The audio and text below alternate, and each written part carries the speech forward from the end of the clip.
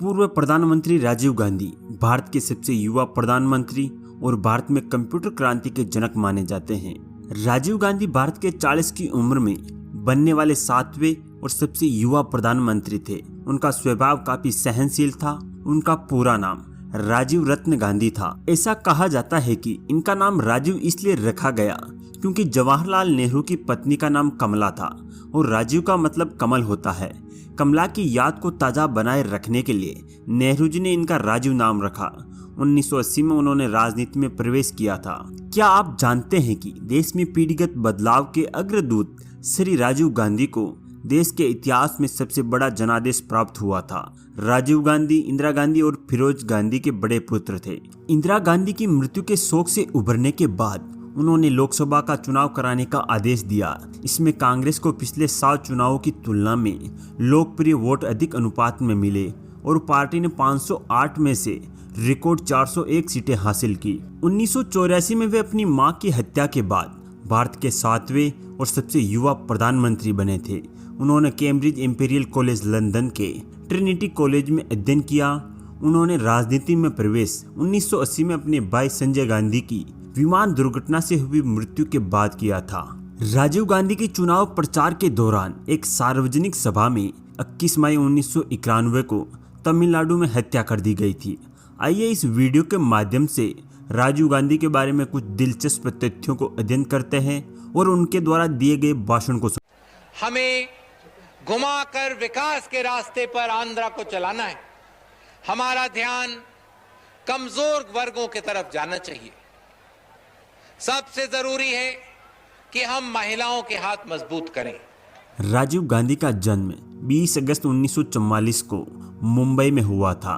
वे सिर्फ 3 वर्ष के थे जब भारत स्वतंत्र हुआ और उनका नाना जवाहरलाल नेहरू स्वतंत्र भारत के प्रथम प्रधानमंत्री बने। क्या आप जानते हैं कि राजीव गांधी का नाम राजीव इसलिए रखा गया क्योंकि जवाहरलाल नेहरू की पत्नी का नाम कमला था और राजीव शब्द का अर्थ होता है कमल। अपनी पत्नी की यादों को ताजा रखने के लिए उन्होंने राजीव नाम रखा। राजीव गांधी कुछ समय के लिए देहरादून के वेलम स्कूल गए, लेकिन जल्द ही उन्होंने हिमालय की तलहट्टी में स्थित आवासीय दून स्कूल में भेज दिया गया था। बाद में उनके छोटे भाई संजय गांधी को भी इसी स्कूल में भेजा गया, जहां दोनों साथ रहे। स्कूल से निकलने के बाद राजीव गांधी कैम्ब्रिज के ट्रिनिटी कॉलेज गए, लेकिन जल्द ही वे वहां से हटकर लंदन के इंपीरियल कॉलेज चले गए थे। उन्होंने वहां से मेडिकल इंजीनियरिंग की पढ़ाई की, परंतु किसी कारणवश उसको वह पूरा नहीं कर पाए। इन सब के साथ हवाई उनका सबसे बड़ा जुनून था, इसलिए उन्होंने दिल्ली में जाकर फ्लाइंग क्लब से पायलट की ट्रेनिंग ली और 1970 में एक पायलट के तौर पर इंडियन एयरलाइन में काम करने लगे। इससे पता चलता है कि उनको राजनीति में बिल्कुल दिलचस्पी नहीं थी। अब तक तो उनके भाई संजय गांधी अपनी मां के साथ राजनीति में उतर चुके थे। लंदन में राजीव गांधी की मुलाकात एडविक एटेन्यो एल्बिन मेनो से हुई थी। 1968 में राजीव गांधी ने नई दिल्ली में एडविक एटेन्यो एल्बिनो मेनो से शादी कर ली और ये नाम बदलकर सोनिया गांधी रखा गया। उनके 2 बच्चे हुए, राहुल और प्रियंका गांधी, जो कि नई दिल्ली में श्रीमती इंदिरा गांधी के निवास पर रहे। क्या आप जानते हैं कि राजीव गांधी को राजनीति में क्यों आना पड़ा? ये हम सब जानते हैं कि राजीव गांधी को राजनीति में रुचि नहीं थी, लेकिन जब उनके छोटे भाई की मृत्यु 23 जून 1980 को एक विमान दुर्घटना में हो गई, तब उनको राजनीति में अपनी मां के दबाव बनाने के बाद आना ही पड़ा। 1981 में राजीव को भारतीय युवा कांग्रेस का अध्यक्ष बना दिया गया था। राजीव गांधी की मां इंदिरा गांधी को 31 अक्टूबर 1984 को उनके अपने ही एक सिख बॉडीगार्ड ने मार दिया था। फिर 1984 में कांग्रेस ने राजीव गांधी के नेतृत्व में अमेठी से लोकसभा का चुनाव लड़ा और कांग्रेस को 533 में से 404 सीटें मिली, जो कि इतिहास की सबसे बड़ी जीत मानी गई। इस प्रकार राजीव गांधी भारत के 7वें और 40 साल की कम उम्र में सबसे युवा प्रधानमंत्री बने। राजीव गांधी ने देश की उन्नति के लिए काफी योगदान दिया। उन्होंने शिक्षा को बढ़ावा देते हुए देश में जवाहर नवोदय स्कूलों की स्थापना की। आधुनिकता को बढ़ावा देते हुए संचार, कंप्यूटर जैसे क्षेत्र विज्ञान को भारत में आरंभ किया। साइंस और टेक्नोलॉजी को बढ़ावा देने के लिए सरकारी बजट बढ़ाए। इतना ही नहीं, 18 वर्ष से मताधिकार शुरू किया और पंचायती राज को शामिल किया। कई अहम निर्णय भी राजीव गांधी द्वारा लिए गए, जिसमें श्रीलंका में शांति सेना भेजना, असम, मिजोरम एवं पंजाब समझौता आदि शामिल है। और तो और राजीव गांधी ने कश्मीर और पंजाब में हो रही आंतरिक लड़ाई को भी काबू में करने की भरपूर कोशिश की थी। उन्होंने युवा शक्ति को अत्यधिक बढ़ावा दिया और कहा था कि देश का विकास देश के युवाओं में जागरूकता लाने पर ही होगा। इसलिए युवाओं को रोजगार देने के लिए जवाहर रोजगार योजना को शुरू किया था। 1980 और 1990 के बीच में कांग्रेस सरकार पर भ्रष्टाचारी होने का आरोप लगाया गया था। उस वक्त राजीव गांधी प्रधानमंत्री थे।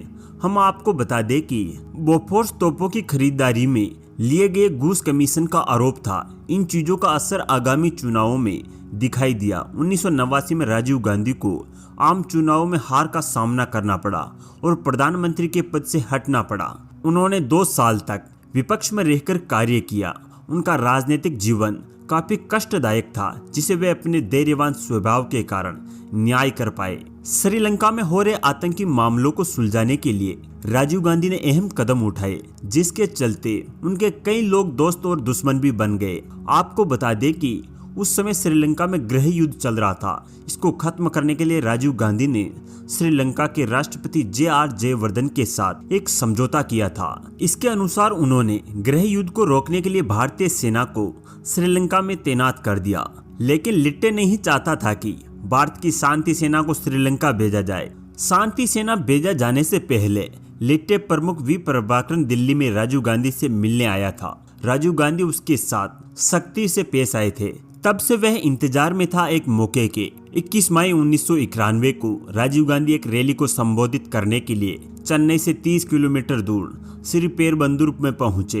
इन्हीं में एक लिट्टे की मेंबर धनु भी थी। राजीव गांधी के आसपास काफी कड़ी सुरक्षा व्यवस्था थी, परंतु धनु उनके पास जाने में कामयाब हो जाती है और जैसे ही धनु राजीव गांधी के पैर छूती है तो बम फट जाता है, जो कि उसने अपने कपड़ों में छुपाया हुआ था। राजीव गांधी समेत 17 अन्य लोगों की 21 मई 1991 को मौत हो जाती है। राजीव गांधी का स्वभाव सहनशील और सरल था। वह कोई भी अहम फैसला लेने से पहले अपनी पार्टी के साथ विचार किया करते थे। उन्होंने देश को आधुनिकता की तरफ अग्रसर किया। वे देश को उच्च तकनीकों से पूर्ण करना चाहते थे, देश में एकता बनाए रखना चाहते थे और उनके अन्य प्रमुख उद्देश्यों में से एक था 21वीं सदी के भारत का निर्माण। 21 मई 1991 में उनकी मृत्यु हो गई थी और उन्हें भारत रत्न से भी नवाजा गया था। आज के लिए बस इतना ही। मिलते हैं अगले वीडियो में।